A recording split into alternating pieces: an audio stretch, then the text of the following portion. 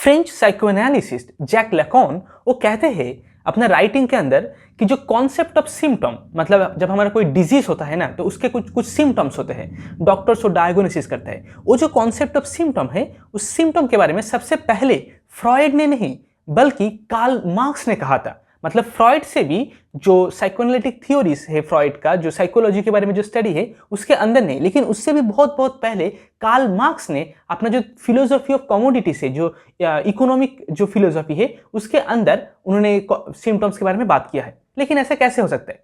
लेकिन सिर्फ इतना ही नहीं, स्लावोय जीजेक जो स्लोवेनियन फिलोसोफर है वो कहते हैं कि जो फिलोसॉफी जो साइकोएनालिटिक थ्योरी से जो ड्रीम्स है, ड्रीम्स का जो कॉन्सेप्ट है और जो कमोडिटीज का कॉन्सेप्ट है, इन दोनों के अंदर, अर्थात उसका मतलब जो मार्क्सिस्ट फिलोसॉफी है और जो साइकोएनालिटिक थ्योरी से, इन दोनों के अंदर कुछ पैरेलल्स है, कुछ ऐसा चीज है जो कि दोनों के अंदर सेम है। आज इस वीडियो के अंदर हम लोग उसके बारे में डिस्कस करेंगे। लेकिन ऐसा कैसे हो सकता है कि कोई एक इंसान जैसे फ्रॉयड, जो कि हमारा साइकोलॉजी के बारे में, जब हम लोग नींद में चले जाते हैं तो नींद के अंदर जो ड्रीम्स आते हैं उस ड्रीम्स के बारे में स्टडी कर रहा है। हमारा जो अनकॉन्शियस माइंड है जो कि प्योरली एब्स्ट्रैक्ट है उसके बारे में स्टडी कर रहा है। और कोई एक दूसरा इंसान जो कि कमोडिटीज के बारे में स्टडी कर रहा है, जो टी शर्ट, पैंट्स या फिर कोई मोबाइल फोन, कोई गैजेट, कोई इंस्ट्रूमेंट, जो चारों तरफ हम चारों तरफ कमोडिटीज से घिरे हुए, जो सारे ऑब्जेक्ट्स हम लोग खरीदते हैं या फिर बेचते हैं, एक्सचेंज करते हैं मार्केट प्लेस पर, वो सारे जो ऑब्जेक्ट्स है इसके बारे में कोई इंसान स्टडी कर रहा है। उसका हिस्ट्री के बारे में, इकोनॉमिक जो मॉडल है सोसाइटी का, उस मॉडल का जो हिस्टोरिकल डेवलपमेंट है उसके बारे में कोई इंसान स्टडी कर रहा है।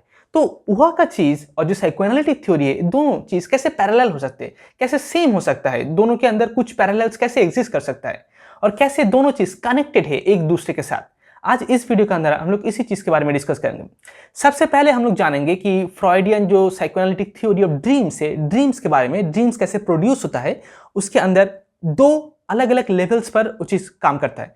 एक जो जिसे हम लोग कहते हैं मैनिफेस्ट ड्रीम कंटेंट, और दूसरा जो उसके मतलब उसके बेनीथ में होता है, उसके मतलब नीचे होता है, उसे हम लोग कहते हैं कि लैटेंट ड्रीम थॉट। और ऐसे ही जो कमोडिटी से, जो ऑब्जेक्ट से, इसका भी दो अलग अलग लेवल्स है। एक जिसे हम लोग कहते हैं कि जो ऑब्जेक्टिव जो रियलिटी है, जो उसका यूज वैल्यू है, जो सारे कमोडिटी से, और उसके अंदर एक जीरो लेवल रियलिटी।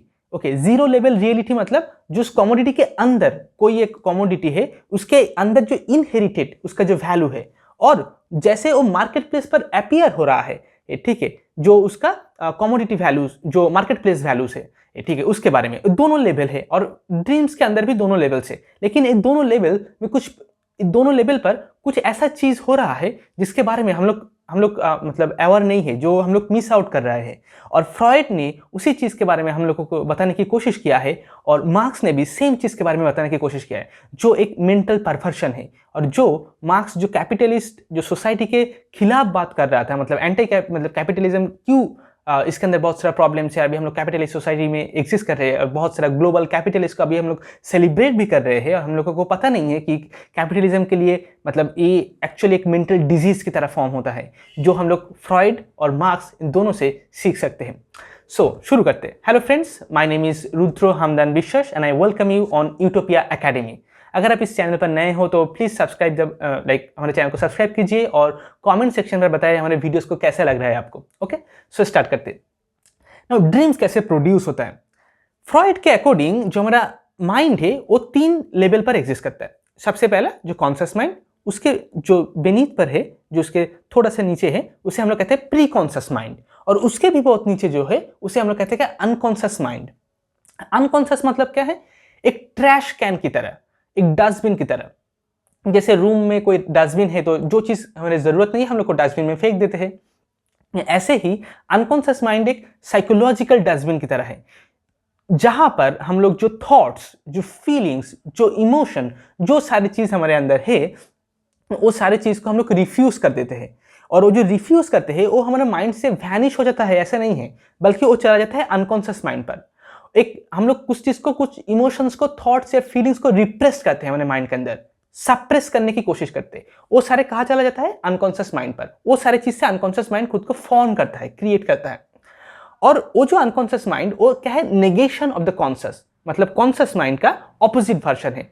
ठीक है, कॉन्शियस मतलब जिसके बारे में हम लोगों को पता है, जो पूरा दिन भर हम लोग जो काम करते हैं, जो डिसीजंस लेते हैं, जो चॉइस मेकिंग करते हैं, किसी से इंटरैक्ट कर रहे हैं, ये सारे चीज कहाँ पे हो रहा है? कॉन्शियस माइंड के थ्रू हो रहा है, हमारा ईगो सेल्फ के थ्रू हो रहा है। और उसके बीनीथ में है जो क्या?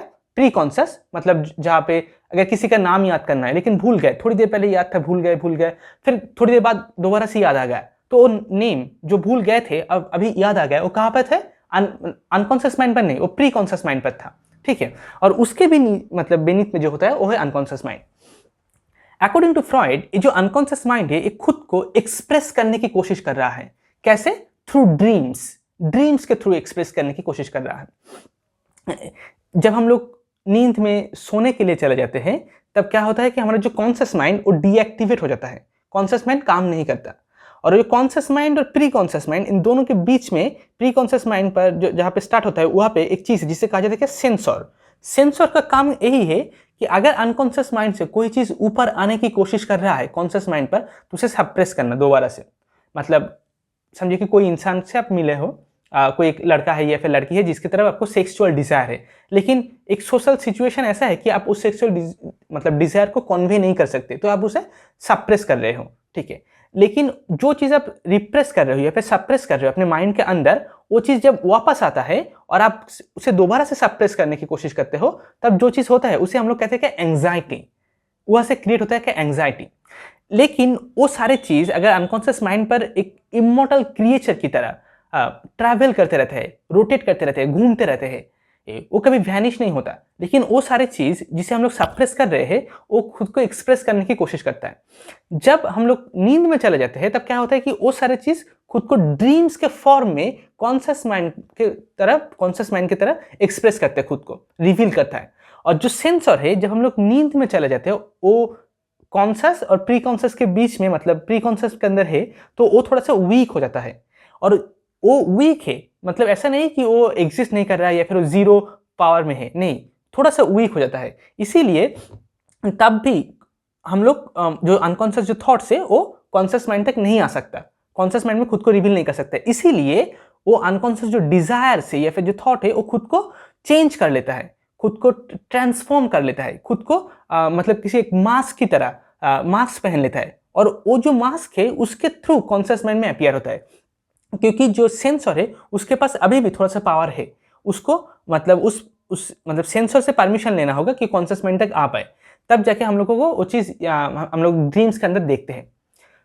सुबह नींद से उठने के बाद जो चीज़ हम लोग ड्रीम्स में देखते हैं, जो हमारे माइंड के अंदर रहता है कि वो कल रात मैंने सपने में ये चीज़ देखा है या फिर वो चीज़ देखा है, उसे हम लोग कहते हैं क्या? Manifest dream content. ओके, अभी हम लोग कहेंगे कि इसके साथ जो मार्क्स का जो कमोडिटी का जो फिलोसॉफी है उसका रिलेशन क्या है, मतलब जो ऑब्जेक्ट्स हम लोग देखते हैं चारों तरफ उसके साथ इसका रिलेशन क्या है, क्या पैरेलल्स है दोनों के अंदर, उसके बारे में हम लोग कहेंगे। लेकिन उसके लिए हम लोग को पहले फ्रॉइड के बारे में अच्छी तरीके से समझना होगा। फ्रॉइड के बारे में बहुत ज़्यादा मिसकॉन्सेप्शन नहीं है कि जो हम लोग ड्रीम्स के अंदर देखते हैं और जो मैनिफेस्ट ड्रीम कंटेंट है उसके बेनीथ में जब हम लोग उसके बारे में सोचेंगे, नोट्स बनाएंगे, जब हम लोग मैंने ड्रीम्स में ये चीज़ देखा है, ये ऐसा ऐसा हुआ था, हम लोग सोचेंगे, फिर थोड़ी देर बाद हम लोगों को याद आएगा कि ये स्टडी या फिर उससे पहले दिन में कुछ हुआ था, कुछ इवेंट्स, कुछ सिचुएशन, जिस इवेंट्स पर जो इवेंट ही, जो सिचुएशन ही जो हुआ था हमारे साथ, जो चीज़ हम लोगों ने देखा था रोड साइड पर या फिर किसी से बात कर रहे थे, वही चीज़ ड्रीम्स के अंदर आए हैं कोई दूसरे तरीके से, दूसरे फॉर्म में, उस चीज़ से इंस्पायर होकर या फिर उससे कनेक्टेड होकर ड्रीम्स मतलब हुआ है पिछले रात मेरे माइंड के अंदर। तो उसे हम लोग कहते हैं क्या? Latent dream thought. तो एक हो गया जो ड्रीम्स के अंदर अपीयर होता है, जो इमेज, जो पिक्चर, उसे हम लोग कह रहे हैं क्या? Manifest dream content. और जब उसके बारे में सोचते हैं तब हम लोगों को याद आता है कि एक्चुअल में वो एक कोई सिचुएशन से लिया हुआ है, हमारा लाइफ का जो ऑर्डिनरी थॉट से, जो सिचुएशन से, जो चीज़ चल रहे हैं हमारे लाइफ के अंदर, उसी में से कोई एक इंसिडेंट है जिससे कि ड्रीम हुआ है। तो उसे हम लोग कह रहे हैं क्या? Latent dream thought. ज़्यादातर इंसान एक गलती कर बैठते हैं कि उनको लगता है कि जो ड्रीम का एक्चुअल जो मीनिंग है वो लैटेंट ड्रीम थॉट के अंदर है, लेकिन ऐसा बिल्कुल नहीं। फ्रॉइड ने रिपीटेडली इस चीज़ को मेंशन किया है कि लैटेंट ड्रीम थॉट के अंदर कोई भी हिडन मीनिंग नहीं है। ओके, तो हिडन मीनिंग कहाँ पे है? ड्रीम का एक्चुअल मीनिंग कहाँ पे? एक्चुअल में ड्रीम का कोई मीनिंग ही नहीं है, ठीक है। लेकिन हम लोग जिस चीज़ को ढूंढने की कोशिश कर रहे हैं वो एक नोडल पॉइंट है, उसके बारे में हम लोग किसी दूसरे वीडियो पर बात करेंगे। लेकिन जो एनालिसिस्ट है वो क्या करता है, ड्रीम का जो मीनिंग है ऐसा एज्यूम कर लेता है, क्योंकि उसे जो लैटेंट ड्रीम थॉट है उसको डिस्कवर करना है। जब वो डिस्कवर हो गया तब जाके एक्चुअल क्वेश्चन हम लोग पूछ सकते हैं एज ए गुड एनालिसिस्ट। क्या वो एक्चुअल क्वेश्चन है कि ये जो लैटेंट ड्रीम थॉट है, ये ड्रीम थॉट चेंज होके, ट्रांसफॉर्म होके या फिर ट्रांसलेट होकर ठीक एक्चुअल में ऐसा ही ड्रीम्स में क्यों मैनिफेस्ट हुआ है। मतलब ये ड्रीम थॉट खुद को सरेंडर किया है एक फंक्शन के थ्रू, जिसे हम लोग कहते हैं क्या, ड्रीम वर्क। ये जो ड्रीम वर्क है जिसके थ्रू ट्रांसलेट हो रहा है, इस ड्रीम वर्क के थ्रू ट्रांसलेट होके मैनिफेस्ट ड्रीम कंटेंट में रिवील हो रहा है। लेकिन ये ड्रीम थॉट ऐसा ही मैनिफेस्ट ड्रीम कंटेंट में क्यों ट्रांसफॉर्म हो रहा है, कोई दूसरा मैनिफेस्ट ड्रीम कंटेंट में क्यों ट्रांसफॉर्म नहीं हो रहा है। ये जो सवाल है, इसी से हम लोग जान पाएंगे जो ड्रीम वर्क के अंदर क्या होता है। तो एक्चुअल जो मीनिंग है ड्रीम का, वो लैटेंट ड्रीम थॉट में नहीं, ड्रीम वर्क के अंदर है। ठीक है, तो यहाँ पे दो लेवल्स हम लोग देख सकते हैं। सबसे पहला, हम लोग इस चीज को एज्यूम कर रहे हैं जो फ्रॉइड कह रहा है कि there is a meaning in the dream, और उस ड्रीम का हम लोग को एनालिसिस करना है एज ए सिम्टम की तरह। ठीक है, ड्रीम एक सिम्टम है, तो उसके हम लोग एनालिसिस करेंगे और उस सिम्टम के बैकग्राउंड में जो चीज़ है हम लोग उसे डिस्कवर करेंगे। और जब हम लोग लैटेंट ड्रीम थॉट के बारे में पता चल गया, तब हम लोगों को जो एक्चुअल क्वेश्चन है तब पूछना है, जो कि हमारा लेवल 2 है। मतलब फर्स्ट पॉइंट है कि ड्रीम्स का एक मीनिंग है, हम लोग उसे क्वेश्चन कर रहे हैं, एज ए सिम्टम की तरह उसे एनालिसिस कर रहे हैं। फिर हम लोगों को पता चला कि ये लैटेंट ड्रीम थॉट से जब वो डिस्कवर हो गया, तो हम लोग सेकंड पॉइंट पे आ रहे हैं। सेकंड पॉइंट क्या है कि अभी हम लोग ड्रीम वर्क है, वो ड्रीम लैटेंट थॉट क्यों मैनिफेस्ट ड्रीम कंटेंट में रिवील हुआ है, कैसे वो चेंज हुआ, वो ड्रीम वर्क के बारे में हम लोग जानेंगे। जो थॉट प्रोसेस है, जो हम लोग कॉन्शियस माइंड का जो थिंकिंग जो प्रोसेस है ना, उसके पैरेलल में एक अनकॉन्शियस माइंड का एक थिंकिंग प्रोसेस है, जो प्राइमरी प्रोसेस हम लोग कहते हैं जिसे, उस प्रोसेस के थ्रू वो चेंज हो रहा है, ड्रीम वर्क के थ्रू चेंज हो रहा है। लेकिन क्यों हो रहा है, उस क्वेश्चन को हम लोग सेकेंड लेवल पर पूछेंगे, जो एनालिसिस का सेकेंड लेवल है। अभी आते हैं हम लोग कमोडिटी का जो थ्योरी है कार्ल मार्क्स का, उसके बारे में। नाउ मार्क्स ऐसा कह रहे हैं कि जो भी ऑब्जेक्ट्स हैं, वो सारे ऑब्जेक्ट्स का एक हिस्ट्री है। मतलब अगर मैंने एक रबर ले लिया और एक पेन ले लिया, तो दोनों का एक हिस्ट्री है। मतलब इस पेन को क्रिएट करने के लिए, इसे प्रोड्यूस करने के लिए जो मैन्युफैक्चरिंग कॉस्ट है, जो लेबर कॉस्ट है, इसको कुछ लोग इसके जो कुछ कंपनी होंगे जहाँ पे ये लोग प्रोड्यूस कर रहे होंगे पेन का अलग अलग पार्ट्स, फिर उसको जोड़ रहे होंगे, फिर उसे मार्केट तक ला रहे होंगे, फिर वहाँ पे कुछ जो शॉप्स है जहाँ पे बिक रहे होंगे, तो इसका एक अलग हिस्ट्री है। ठीक है, और ये जो रबर है इसका एक अलग हिस्ट्री है, उसका प्रोडक्शन कॉस्ट अलग है, उसका मैन्युफैक्चरिंग कॉस्ट मतलब जो भी है, और इसका रिसोर्सेज कलेक्ट करने के लिए जो भी कॉस्ट है, या फिर एक प्लेस से दूसरे प्लेस तक इसे मार्केट प्लेस तक लेके आने के लिए जो कॉस्ट है अलग है। ठीक है, तो हर एक कमोडिटी का अलग अलग हिस्ट्री है। ठीक है, ये जो हिस्ट्री है, ये हिस्ट्री जब एक जो मार्केट का जो लाइन है, जब कोई कमोडिटी मार्केट प्लेस पर आ जाता है तो हिस्ट्री इरिलेवेंट हो जाता है। मतलब इस चीज पर डिपेंड नहीं करता कि कोई चीज का कॉस्ट कितना होगा, किसका वैल्यू कितना होगा, कि उसका हिस्ट्री क्या है, उसके अंदर कितना लेबर हम लोगों ने, मतलब लेबर जो एनर्जी है, जो लेबर कॉस्ट है, कितना हम लोगों ने इन्वेस्ट किया। हो सकता है कोई एक चीज़ है जो क्रिएट करने के लिए बहुत ज़्यादा पैसा, बहुत ज़्यादा लेबर, बहुत ज़्यादा लेबर्स की ज़रूरत होते हैं, लेकिन उसका कॉस्ट मार्केट पर बहुत कम है। लेकिन हो सकता है कोई एक दूसरा चीज़ है जिसका प्रिपेयर करने के लिए ज़्यादा कॉस्ट की ज़रूरत नहीं है, लेकिन उसका कॉस्ट मार्केट प्लेस पर बहुत ज़्यादा है। लेकिन ऐसा क्यों होता है, क्यों ऐसा है कि ये ऐसा होता है इसीलिए कि क्योंकि ये दोनों जो ऑब्जेक्ट है, ऑब्जेक्ट का जो वैल्यू है वो इसका हिस्ट्री से नहीं बल्कि एक दूसरे का रिलेशन में क्रिएट होता है।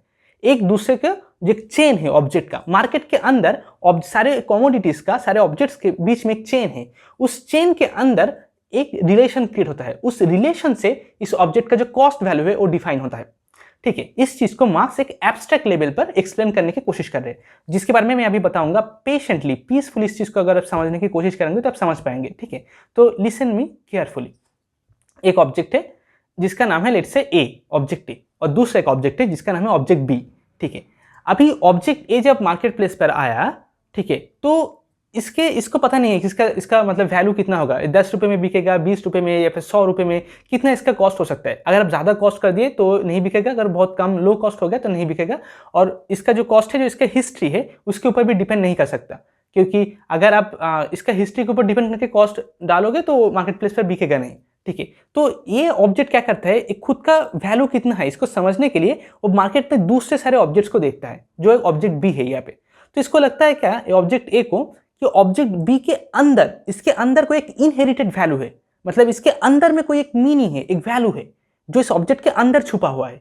और जिस मीनिंग का रिलेशन में वो जो ऑब्जेक्ट के अंदर जो इनहेरिटेड वैल्यू है, उस वैल्यू का रिलेशन में इस ऑब्जेक्ट को खुद का कॉस्ट डिफाइन किया।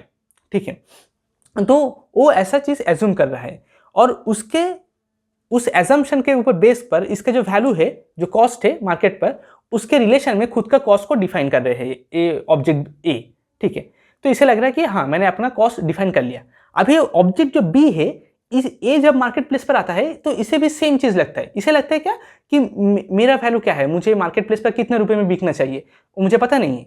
ठीक है, अब मुझे कैसे मतलब वो चीज ढूंढ कर निकालना है कि दूसरे सारे ऑब्जेक्ट्स पर देखना है। अगर देखेंगे तब हम लोगों को पता चलेगा दूसरे ऑब्जेक्ट्स का वैल्यू क्या है। तो इसका कुछ कॉस्ट है, कोई भी वैल्यू है ऑब्जेक्ट ए का, तो ऑब्जेक्ट बी तब क्या करते हैं, एज्यूम कर लेता है, ऐसा सोच लेता है कि इसके अंदर कोई एक इनहेरिटेड वैल्यू है, जो एक एब्स्ट्रैक्ट वैल्यू है, जो एक एग्जिस्टेंशियल वैल्यू है, और जिसके रिलेशन में इसने अपना एक कॉस्ट वैल्यू मार्केट पर इसका डिफाइन किया है।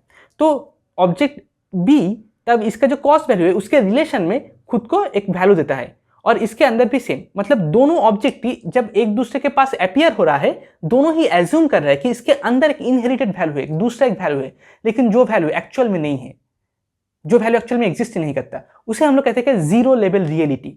एक जीरो लेवल रियलिटी जिसको हम लोग एज्यूम कर रहे हैं, और जो ऑब्जेक्ट अपीयर हो रहा है हम लोग उसे देख रहे हैं as an extra, as an surplus, जो कि एक्स्ट्रा है। लेकिन वो एक्स्ट्रा किस लेवल से एक्स्ट्रा है, मतलब कौन सा लाइन है जिसके बाद में है, इसीलिए एक्स्ट्रा है, एक जीरो लेवल रियलिटी है।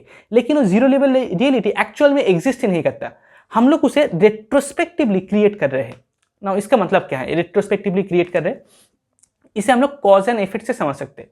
समझिए कि कोई एक कॉज है, इस कॉज का कोई एक इफेक्ट है। ठीक है, तो इस कॉज का जो इफेक्ट है, तो हम कोई एक चीज हुआ है इफेक्ट में, पॉलिटिक्स में, सोसाइटी में कोई एक चीज हुआ है जिसका इफेक्ट में हम लोगों ने क्रिएट किया इस चीज को। लेकिन वो जो इफेक्ट है, उस इफेक्ट होने के बाद ही हम लोगों को पता चलता है कि कोई एक कॉज है। ठीक है, मतलब हम लोग को पहले से नहीं कह सकते कि जी अभी एक कॉज ए हो रहा है, एक इंसान दूसरे इंसान से ये चीज बात कर रहा है तो ये एक कॉज है और इसका इफेक्ट में यही चीज होगा, तब हम लोग नहीं कह सकते। उस चीज को देखने के बाद जब वो इफेक्ट आ जाएगा उसके बाद ही हम लोग कह सकते हैं हाँ ये इफेक्ट क्यों हुआ, क्योंकि पहले वो कॉज हुआ था उसीलिए ये इफेक्ट हुआ है। लेकिन जब वो कॉज हो रहा था तब हम लोग नहीं कह सकते कि ये इफेक्ट आएगा, कोई गारंटी नहीं दे सकता।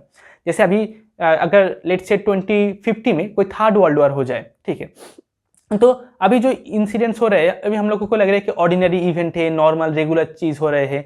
लेकिन जब 2050 में अगर थर्ड वर्ल्ड वॉर हुआ तो उसके बाद जो फिलोसोफर्स आएंगे, जो सोशल साइंटिस्ट आएंगे, वो लोग एनालिसिस करने के बाद ऐसा कहेंगे कि रशिया यूक्रेन पे अटैक कर रहे थे, गाजा में प्रॉब्लम्स हो रहे थे, अफगानिस्तान में प्रॉब्लम्स हो रहे थे, ठीक है, चाइना में कुछ प्रॉब्लम्स हो रहे थे। तो ये सारे चीज क्या है, सिम्टम्स थे, ये सारे चीज कॉज था। धीमे धीमे वो सारे चीज लीड कर रहे थे थर्ड वर्ल्ड वॉर की तरफ, लेकिन उन लोगों को पता नहीं था। ये चीज क्यों कह पाएंगे तब जाके थर्ड वर्ल्ड वॉर हो जाने के बाद ही ये चीज कहना पॉसिबल होगा, क्योंकि वो जो कॉज है ना, वो कॉज का इफेक्ट के बाद आ रहा है, लेकिन उस कॉज को हम लोग इफेक्ट के पीछे प्लेस कर रहे हैं। यहाँ पे कॉज है, यहाँ पे इफेक्ट है, लेकिन वो ये इफेक्ट हो रहा है उसके बाद ही हम लोगों को पता चल रहा है कि वो चीज कॉज है, उसके पहले नहीं। तो ये हम लोग रेट्रोस्पेक्टिवली कॉज को प्लेस कर रहे हैं इधर, इसके पहले जो इफेक्ट है इफेक्ट के पहले, लेकिन एक्चुअल में वो आ रहा है कब, इफेक्ट हो जाने के बाद। मतलब जो कॉज है वो एक्चुअल में इफेक्ट ऑफ द इफेक्ट है, वो इफेक्ट का भी इफेक्ट है। जो हम लोग का जो एक्चुअल रियलिटी थे वो बहुत कैओटिक थे, उसके अंदर हम लोग नहीं सोच सकते क्या कौन सा चीज का कौन सा इफेक्ट आएगा। लेकिन जब एक बार वो इफेक्ट आ जाता है उसके बाद जब हम लोग सोचते हैं, इसके थ्रू हम लोग देखते हैं रियलिटी को, तब इसके अंदर से कोई एक चीज को हम लोग कॉज करके पकड़ लेते हैं, एक नया एक लेवल क्रिएट करते हैं, सोचते हैं कि इसी कॉज से इस इफेक्ट में आया है। तो जो नया जो कॉज हम लोगों ने क्रिएट किया, एक नया एक ऑन्टोलॉजिकल लेवल जो एक्चुअल कैओटिक रियलिटी है उससे अलग है। तो वो जो कॉज है वो कॉज क्या है, इफेक्ट का इफेक्ट है। ऐसे ही जब मार्केट पे कोई एक ऑब्जेक्ट है जिसका कोई कॉस्ट है, कोई एक वैल्यू है, हम लोगों को लगता है कि इसके अंदर कोई एक इनर मीनिंग है, कोई एक वैल्यू है। अगर 20 लाख का एक कोई वॉच है या फिर बहुत कॉस्टली एक टी शर्ट है ब्रांडेड कंपनी का, तो हम लोगों को लगता है इसके अंदर कोई इनहेरिटेड वैल्यू होगा, लेकिन ऐसा कुछ नहीं है। वो हम लोगों को क्यों लगता है, क्योंकि वो मार्केट में एग्जिस्ट कर रहे हैं। हम लोग ऐसे एज्यूम कर लेते हैं कि वो जो जो अपीयरेंस में ही एग्जिस्ट करता है, मतलब सिर्फ सिम्टम्स ही है, सिर्फ सिम्टम। जो फ्रॉइड का जो अनकॉन्शियस माइंड है ना, वो एक्चुअल में एग्जिस्ट नहीं करता है। अनकॉन्शियस माइंड एक हाइपोथेटिकल स्टेट है, एक वर्चुअल रियलिटी है। ऐसे ही जो हम लोग सोचते हैं कि इकोनॉमिक जो वैल्यू है, जो कमोडिटीज हम लोग एक्सचेंज कर रहे हैं, उसके अंदर एक इनहेरिटेड वैल्यू है हर एक चीज का, इसीलिए हम लोग उस चीज को एक्सचेंज कर रहे हैं एक दूसरे के साथ। लेकिन ऐसा कोई वैल्यू नहीं है। लेकिन कैपिटलिस्ट सोसाइटी वो जो नहीं है उस चीज को मतलब एक्सपोज नहीं होने देता, और जो फेटिसिज्म है, जो कमोडिटी फेटिसिज्म है, उसको ज्यादा प्रोमोट करते हैं, कमोडिटी सिकनेस की तरह है, और उस चीज को और भी क्रिएट करने की कोशिश करते हैं। और एक एग्जाम्पल लेते, समझे कि दो इंसान, दो स्कूल स्टूडेंट है। एक स्कूल स्टूडेंट है जिसके पास बहुत अच्छा ड्रेस है, जो कोट पहन के, बहुत शू पहन के, अच्छा बहुत हेयर स्टाइल में, बहुत बॉडी परफ्यूम यूज करके आया है, बहुत अच्छा देखने वाला है, ठीक है। बहुत सारा उसके साथ जो एसोसिएटेड जो कमोडिटीज है, जो पैंट शर्ट, जो मतलब जो बैचेस है, जो शू है, ठीक है, जो स्कूल बैग है, वाटर बोटल्स है, ये सारी चीज़ बहुत अच्छा है। लेकिन एक दूसरा एक स्टूडेंट है जिसके पास अच्छा कोई ना है कपड़ा है, ना अच्छा मतलब यहाँ पे क्रैक्स है, और बहुत ही मतलब धूल जमा हुआ है, अच्छा नहीं है, ठीक है। जो टी शर्ट है, पैर में कोई शूज नहीं है, ठीक है, कोई बैच नहीं है, ठीक है, ऐसा ऐसा। तो दोनों जब एक दूसरे के साथ मतलब इंटरैक्ट करने के लिए आता है, तब क्या होता है, दोनों इंसान एक दूसरे के साथ इंटरैक्ट करता है, इससे पहले ही उनके साथ जो एसोसिएटेड कमोडिटीज है, जो टी शर्ट, पैंट्स, शूज, जो और भी सारे जो स्कूल बैग से, ये सारे चीज एक दूसरे के साथ इंटरैक्ट कर लेता है। मतलब अगर मैं आपसे बात कर रहा हूँ तो मेरा जो कमोडिटीज है, जो चीज है, इसके एक कमोडिटीज मेरा बात करने से पहले आपका जो कमोडिटीज है उसके साथ इंटरैक्ट हो जाएगा और एक ग्राउंड सेट कर देगा, और उस ग्राउंड के ऊपर ही हम लोग एक दूसरे से बात कर पाएंगे। हम लोग पहले से जान जाएंगे कि ये इंसान गरीब है या फिर इसका इंटेलिजेंस लो है। गरीब है मतलब टैलेंटेड नहीं है, पढ़ाई में अच्छा नहीं था इसलिए इसके पास ज़्यादा पैसा नहीं है। अगर इस इंसान के पास बहुत ज़्यादा पैसा है मतलब इसके पास बहुत ज़्यादा कमोडिटीज है तो पैसा होगा, मतलब ये बहुत ही इंटेलिजेंट टैलेंटेड पर्सन है। मतलब यहाँ पे क्या, ऑब्जेक्ट का जो वैल्यू वो पहले एक्ट हो रहा है, मतलब पहले काम कर रहा है, और जो सब्जेक्ट है, जो ह्यूमन बीइंग है, उनका जो वैल्यू है, उनका जो आइडियाज है, जो इंटेलिजेंस है, जो क्रिएटिविटी है, वो बाद में आ रहा है। और सिर्फ इतना ही नहीं, ऑब्जेक्ट का वैल्यू ग्राउंड सेट कर रहा है और उसके ऊपर ही सब्जेक्ट फंक्शन कर सकते, ऑपरेट कर सकते, उसके ऊपर ही सिर्फ ह्यूमन बीइंग काम कर सकते। जो ऑब्जेक्ट का वैल्यू है वो सरपस किया जा रहा है सब्जेक्ट के वैल्यू से, जो बहुत ही खतरनाक चीज है। मतलब ह्यूमन बीइंग से human emotions, human feelings, human ideas, human creativity उससे ज्यादा वैल्यूएबल हो रहा है जो ह्यूमन ऑब्जेक्ट से, जो एसोसिएटेड ऑब्जेक्ट से।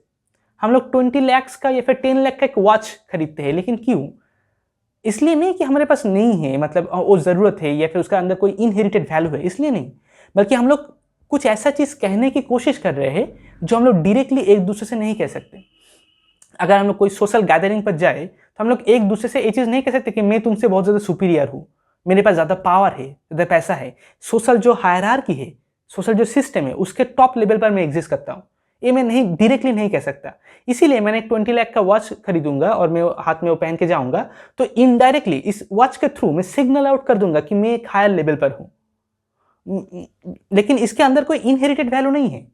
तो कैपिटलिज्म, जो सोशल हायरार्की है, जो इनइक्वालिटी है, इसको मेंटेन करने की कोशिश करता है, इसको सस्टेन करने की कोशिश करता है। लेकिन कम्युनिस्ट सोसाइटी में हम लोग इस चीज के बारे में जानते हैं कि एक्चुअल ऐसा इनइक्वल सिस्टम की जरूरत नहीं है। हम लोग एक दूसरे के साथ equally we can stay together, और हम लोग एक अलग सोशल मॉडल को क्रिएट कर सकते हैं। तो यहाँ पे जो पैरेलल्स के बारे में हम लोग बात कर रहे थे, सिम्टम्स, और जो सिम्टम का जो कॉज है, जो फ्रॉइड ने जो एनालिसिस किया था, जो ड्रीम्स है, वो ड्रीम्स एक सिम्टम है, और उसके बैकग्राउंड में जो कॉज है वो है कि अनकॉन्शियस डिजायर, जो अनकॉन्शियस फंक्शन है।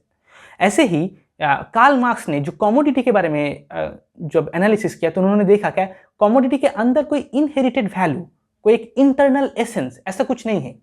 वो सिर्फ वो कमोडिटी जब मार्केट में आता है, जब हम लोग देखते हैं मार्केट प्लेस पर, तो हम लोग को लगता है इसका कोई तो मतलब होगा, मतलब ये मार्केट प्लेस पर है, सब लोग इसे खरीद रहे हैं, मतलब इसके अंदर कोई एक वैल्यू है, बहुत ज़्यादा इंपॉर्टेंट है, इसीलिए मार्केट प्लेस पर है, इसीलिए इसको बनाया गया है, इसे सब लोग खरीद रहे हैं। लेकिन वो चीज़ क्यों हो रहा है?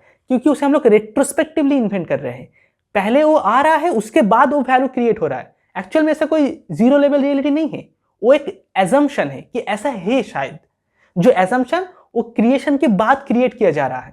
ओके, तो एक वर्चुअल है, एक एजम्पशन है। ऐसे ही जो अनकॉन्शियस माइंड है फ्रॉइड का, वो भी एक एजम्पशन है, वो एक्चुअल में नहीं है अनकॉन्शियस माइंड। इसका मतलब क्या है, एक एग्जाम्पल्स लेंगे तो इसके बारे में समझ में आ जाएगा।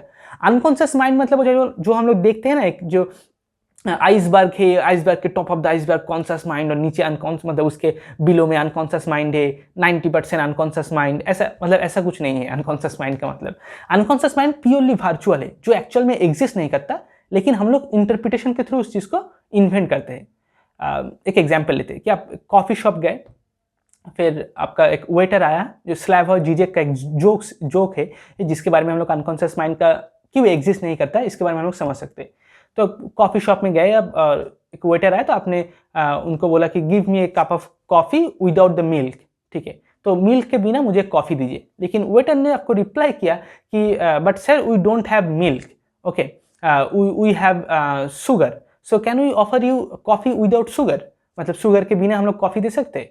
तो मतलब मिल्क नहीं है उससे कुछ फर्क नहीं पड़ता। तो यहाँ पे दो चीज़ है, एक है क्या कॉफ़ी विदाउट द मिल्क और दूसरा क्या है कॉफ़ी विदाउट द शुगर, ठीक है, दोनों सेम ही चीज़ है। मतलब कॉफ़ी के अंदर अगर मिल्क नहीं है या फिर शुगर नहीं है, मैंने कहा कि मुझे शुगर छड़ा शुगर के बिना कॉफ़ी दीजिए या फिर मिल्क के बिना कॉफ़ी दीजिए, मतलब सेम ही है, और सिर्फ कॉफ़ी है, ऑब्जेक्टिवली सेम है, लेकिन मेंटली वो चीज़ अलग है। जब मैं ऐसा सोच रहा हूँ, मैं जनरली मिल्क के साथ लेता हूँ, लेकिन अभी मैं विदाउट मिल्क ले रहा हूँ, तो एक फैंटेसी फ्रेम क्रिएट हो रहा है। उस फ्रेम का जो ऑब्जेक्ट, जो एक मेंटल जो एक ऑब्जेक्ट क्रिएट हो रहा है कि मिल्क, उसके रिलेशन में, उसका लैक में हम लोग कॉफ़ी को डिफाइन कर रहे हैं, और दूसरे सिचुएशन पर क्या शुगर, उसका लैक में हम लोग कॉफ़ी को डिफाइन कर रहे हैं, लैक ऑफ शुगर। तो ये दोनों चीज़ एक्चुअल में ऑब्जेक्टिवली तो सेम है, लेकिन मेंटली साइकोलॉजिकली अलग है। तो ये जो वर्चुअल है, ये जो मिल्क है या फिर जो शुगर है, इस कॉफ़ी के अंदर मिल्क नहीं है या फिर इस कॉफ़ी के अंदर शुगर नहीं है, वो वर्चुअल है, वो एक्चुअल में नहीं है, एक्चुअल रियलिटी में एग्जिस्ट नहीं करता। रियलिटी में सेम चीज़ ही है। जैसे अगर मेरे पास एक पेंसिल है और आपके पास भी पेंसिल है, लेकिन हम लोग उस पेंसिल को ऑब्जेक्टिव लेवल पर सिर्फ एक्सेस नहीं कर सकते, एक मेंटल फैंटेसी के थ्रू, इसके साथ जुड़ा हुआ कुछ फैंटेसी है, उसके थ्रू ही हम लोग इस रियलिटी को टच कर सकते हैं या फिर इसे एक्सप्लोर कर सकते हैं। वो fantasy always it's working with in us, हमारा जो माइंड है, माइंड के अंदर ऑलवेज वर्क कर रहा है, ठीक है। इसीलिए इस सेंस पर हम लोग कह सकते हैं जो अनकॉन्शियस माइंड है, वो अनकॉन्शियस माइंड एक्चुअली एक वर्चुअल माइंड है, और रियलिटी में है नहीं, उसका कोई सब्सटेंस नहीं है। जैसे कि जो जीरो लेवल रियलिटी है वो एक्चुअल में एग्जिस्ट नहीं करता, ऐसे ही तो एक फेटिसिज्म है जो ड्रीम्स है, जब हम लोग नींद पर कोई ड्रीम्स देखते हैं, एक सिम्टम की तरह है, डिजीज का जैसे सिम्टम होता है ऐसे एक सिम्टम की तरह है। ऐसे ही कमोडिटीज जो हम लोग देखते हैं मार्केट प्लेस पर, बहुत ज़्यादा कमोडिटीज बिक रहे हैं, ये हो रहा है, वो रहा है, मार्केट गैप हो रहा है, और उस गैप के थ्रू आप कुछ नया चीज़ इन्वेंट कर सकते हो, बहुत एंटरप्रेन्योर्स आ जाएंगे कहने के लिए, लेकिन एक ऐसा एक पॉलिटिकल सोशल सिस्टम है, एक फेक चीज़ है, एक ऐसा एक डिल्यूशन है जिसके अंदर अगर हम लोग चले गए तो वो चलता ही रहेगा, ठीक है। अभी वही चीज़ ही हो रहा है। ग्लोबल सिचुएशन अगर हम लोग देखेंगे तो we are like at the verge of collapse, global economy भी कोलैप्स करने वाला है, ठीक है। मतलब 2019 का एक रिपोर्ट है कि ग्लोबली 2500 बिलियनियर्स थे, अभी थोड़ा ज़्यादा हो गया, अभी 4000 के आसपास हो गए। तो 2019 पर 2500 बिलियनियर्स थे होल वर्ल्ड में, और अगर उस सारे बिलियनियर्स को अगर हम लोग अगर एक कंट्री में डाल दे, एक जगह पे डाल दे, तो उनके पास जो पैसा होगा, जो भी सारे चीज़ होगा, वो पूरे जो आर्ट थे उसके पास जितना पैसा है उससे बहुत ज़्यादा है, ठीक है। बहुत सारे कंट्रीज को खरीद सकते हैं इतना, ठीक है। तो ऐसा क्यों? मतलब ये जो इनइक्वालिटी है, ये जो इकोनॉमिक इनइक्वालिटी है, कुछ इंसान अभी खाने के लिए पैसा नहीं है और कुछ इंसान के पास एक प्राइवेट जेट है। ये सिर्फ इसलिए नहीं हो रहा कि वो लोग बहुत हार्ड वर्क कर रहे हैं या फिर वो ऐसा मतलब बहुत इंटेलिजेंट है, लेकिन जो गरीब पीपल है ये हार्ड वर्क नहीं कर रहे, ऐसा नहीं।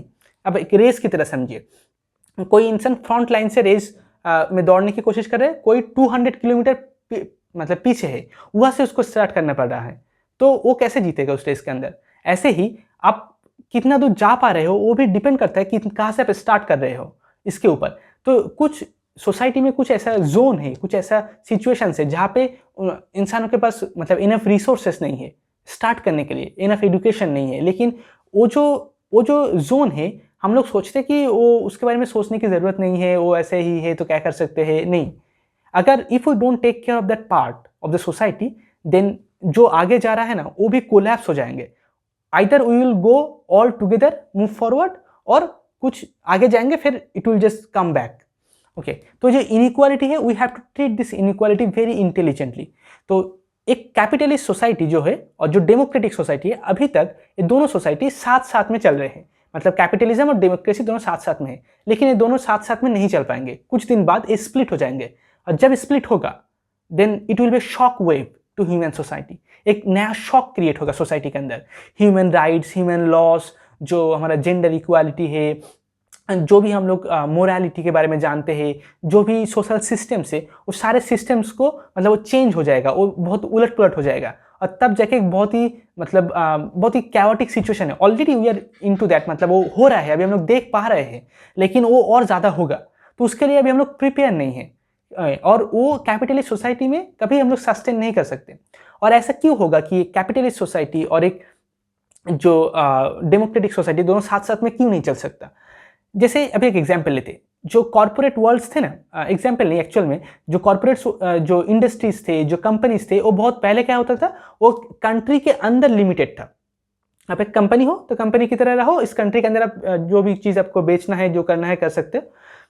फिर बाद में जाके जो गवर्नमेंट से उन्होंने सोचा कि अगर एक कंपनी बहुत अच्छा मुनाफा है इसके अंदर, मतलब बहुत प्रॉफिट कर रहा है, तो हम लोग इसे बाउंड्रीज के बाहर जाने देते हैं। ठीक है, उन्होंने तो कंपनीज को बहुत सारे अलग अलग कंट्रीज अलाउ किया है कि वो मतलब बाहर जाएंगे, दूसरे कंट्रीज पर भी वो बिजनेस कर सकते हैं। दूसरे कंट्रीज पर बिजनेस कर रहे, तो क्रिएट हुआ क्या, एक इकोनॉमिक चेन, एक कंट्री से दूसरे कंट्री तक जाने वाने, मतलब जा रहे हैं, आ रहे हैं, ऐसा बहुत सारा कमोडिटी से, ऑब्जेक्ट से इकोनॉमिक चेन क्रिएट हुआ। तो कंपनीज और भी ज़्यादा पावरफुल होने लग गए।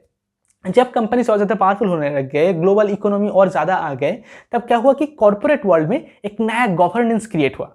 जैसे पॉलिटिकल गवर्नेंस होता है, जैसे प्राइम मिनिस्टर है, फिर कोई एक फूड मिनिस्टर होगा, कोई एक जो स्ट्रीट्स के बारे में टेक केयर करता है, जो एजुकेशन मिनिस्टर है, जो फिनेंस के बारे में देखता है, अलग अलग मिनिस्ट्री है।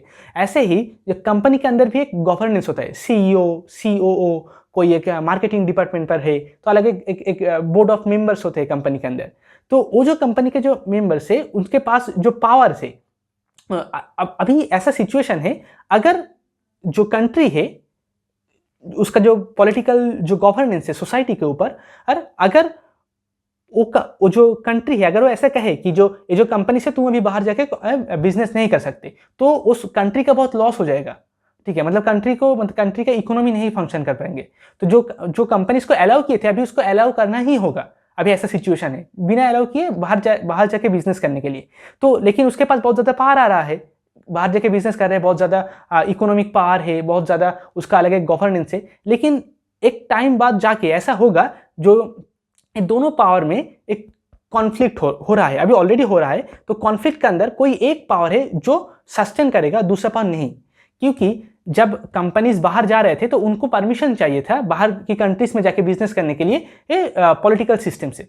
ठीक है, लेकिन अभी अगर पॉलिटिकल सिस्टम्स, अगर कंपनीज को परमिशन ना भी देते हैं, लेकिन मतलब कंट्रीज को फंक्शन नहीं करा पाएंगे, मतलब इकोनॉमिक्स काम नहीं करेगा, इकोनॉमिक जो सिस्टम है वो कोलैप्स हो जाएगा। तो कंपनीज को परमिशन देना ही होगा। तो ज़्यादा पावर अभी कंपनीज के पास में आ गए हैं। अगर वो बिजनेस करेंगे तो ही जाके कंपनी सस्टेन कर पाएंगे, तो ही जाके पॉलिटिकल जो सिस्टम्स है वो कंपनीज के साथ मिलजुल कर काम करना पड़ेगा। लेकिन अभी आज के दुनिया में जितना हम लोग अमेजन को यूज़ कर रहे हैं, फ्लिपकार्ट को यूज़ कर रहे हैं, मोबाइल फ़ोन, डिजिटल जो फेसबुक है, यूट्यूब है, ये सारे चीज़ को यूज़ कर रहे हैं, तो हमारा डेली लाइफ के अंदर ये सारे बिग जो कॉर्पोरेट हाउस है वो घुस चुके हैं हमारे डेली लाइफ के अंदर। और वो क्या है, वो सिर्फ एक या दो कंट्री पर नहीं, बल्कि ग्लोबली सारे कंट्रीज पर है, ये सारे इंसानों पर है। तो जहाँ पे जब इकोनॉमिक्स का ग्लोबलाइजेशन हो चुका है, कॉर्पोरेट हाउस का ग्लोबलाइजेशन हो चुका है, और फिर नया इंस्ट्रूमेंट गैजेट्स आ रहे हैं, लेकिन इन जो एजुकेशन है वो भी मतलब बाहर की कंट्रीज में जाकर आप स्टडी कर सकते हो, सारी चीज़ कर सकते हो। लेकिन जो पॉलिटिक्स है वो अभी भी नेशनलिज्म के ऊपर बेस है। आप पॉलिटिकल लीडर्स को क्यों वोट देते हो? क्योंकि दूसरा कंट्रीज जब अटैक करेंगे या फिर जो इंटरनल जो कॉन्फ्लिक्ट्स है उससे हम लोगों को सेफ रखने के लिए। लेकिन वो जो नेशनलिज्म है, अगर सारे मतलब अगर वो नेशनलिज्म काम नहीं किया तो political party will not exist, मतलब उसको वोट नहीं मिलेगा। तो पॉलिटिकल पार्टीज अभी भी ग्लोबल लेवल पर, मतलब ग्लोबल पॉलिटिकल सिस्टम क्रिएट नहीं हो रहा है। जैसे ग्लोबल कोई, जैसे फॉर एग्जांपल WHO, ठीक है, वर्ल्ड हेल्थ ऑर्गेनाइजेशन है, एक ग्लोबल सिस्टम है, एक जो हेल्थ के ऊपर, ठीक है। NATO जो है वो ग्लोबल एक इंस्टीट्यूशन है। लेकिन पॉलिटिक्स कैसे कोई ग्लोबल इंस्टीट्यूशन नहीं है जहाँ पे सारे पॉलिटिकल लीडर के ऊपर भी एक सुप्रीम पावर होगा या फिर जो पॉलिटिकल सिस्टम हो, क्योंकि पॉलिटिकल सिस्टम नेशनलिज्म के ऊपर बेस्ड है। लेकिन जो कॉर्पोरेट हाउस है उसके पास जो पावर है वो नेशनलिज्म के ऊपर अंडर लिमिटेड नहीं है, उसके बाहर जाके काम कर सकता है। और वो सारे चीज़, वो कॉर्पोरेट जो पावर से वो हमारे लाइफ के डेली लाइफ के अंदर घुस चुका है। मोबाइल फोन से लेके, सोशल मीडिया से लेके, और भी तरह तरह स्टॉक मार्केट से लेके सारे चीज़ के थ्रू, ठीक है। तो कॉर्पोरेट पावर्स अभी पॉलिटिकल पावर को सरपास कर रहा है, और एक ऐसा टाइम आ सकता है इन फ्यूचर जहाँ पे जो कैपिटलिस्ट सोसाइटी से, जो ग्लोबल कैपिटलिस्ट है, उनका जो इफेक्ट है हमारे लाइफ के अंदर बहुत ज़्यादा रहेगा, और पॉलिटिकल पार्टीज का इफेक्ट बहुत कम रहेगा, उनके पास पावर बहुत कम हो जाएगा। और जो अगर ऐसा हुआ इन केस फर्दर फ्यूचर में, तो अभी पॉलिटिकल लीडर्स जितना भी बुरा काम करते हैं सोसाइटी में, जो क्रिमिनल्स है या फिर जो मतलब जो भी प्रॉब्लमेटिक चीज़ है उसे सॉल्व नहीं करते, जो भी जितना भी हमारा कॉम्प्लेंट्स है जो कॉर्पोरेट वर्ल्ड से, ये इससे भी बहुत घटिया चीज़ करेंगे, लेकिन हम लोगों को उसके बारे में पता भी नहीं चलेगा। अभी तो हम लोगों को कुछ भी पता है, मतलब हम लोग पॉलिटिकल लीडर्स के बारे में क्रिटिसाइज कर सकते हैं, समझ सकते हैं कि ये गलत कर रहा है या फिर ये हो रहा है, ये बहुत ही स्टूपिड चीज़ है। लेकिन कॉर्पोरेट इंडस्ट्री ऐसे करेंगे, हम लोग को पता नहीं है। आप फेसबुक में स्क्रॉल करते जाओगे, इंस्टाग्राम रील्स देखते चले जाएंगे, ये एडिक्टेड हो जाओगे, लेकिन आपको पता नहीं चलेगा कि आप एडिक्टेड हो। आपको लगेगा बहुत कुछ सीख रहे हो, या ये हो रहा है, वो हो रहा है, ठीक है, आपको कुछ पता नहीं चलेगा। तो कैपिटलिज्म बहुत ही एक फेटिशिस्टिक डिजायर के ऊपर बेस है, एक ऐसा डिजायर के ऊपर कि कमोडिटीज के अंदर कुछ एक इनहेरिटेड वैल्यू है, लेकिन एक्चुअल में नहीं है, जिसके बारे में कार्ल मार्क्स ने बहुत पहले ही कह चुका है, जो कॉन्सेप्ट ऑफ सिम्टम्स के थ्रू। जो लैकन ने ऑब्जर्व किया था कि जो फ्रॉइडियन साइकोएनालिसिस है और जो मार्क्सिस्ट थ्योरी है, दोनों के बीच में एक पैरेलल्स है, जिसके बारे में स्लैवहॉच ने बहुत बाद में बाद में जाकर 1973 या फिर 1970 के बाद उनका जो बुक है सबलिम ऑब्जेक्ट ऑफ इडियोलॉजी, वहाँ पे बहुत ज़्यादा डीपली एक्सप्लेन किया। तो आज के वीडियो में हम लोग बहुत सारे चीज़ के बारे में डिस्कस किया है।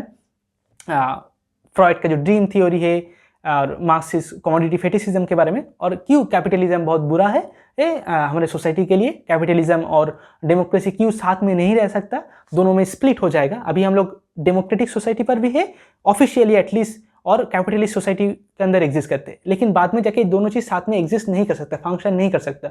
दोनों में से कोई एक ही सर्वाइव करेगा और बहुत ही स्प्लिट हो जाएगा। और हम लोग देख सकते हैं कि कैपिटलिज्म ही सर्वाइव करेगा, democracy will not survive. Okay, जो पूरे दुनिया में हो रहा है, रशिया में, चीन में, इंडिया में भी हो रहा है, हम लोग देख सकते हैं। सो आज के लिए इतना ही। I hope you enjoyed this video. अगर आप अभी तक देख रहे हो इस वीडियो को, तो नीचे कमेंट में ज़रूर बताना कि आपको कैसा लगा, ठीक है। तो आज के लिए इतना ही, नेक्स्ट वीडियो पर ज़रूर मुलाकात होगी। Thank you so much, Tata.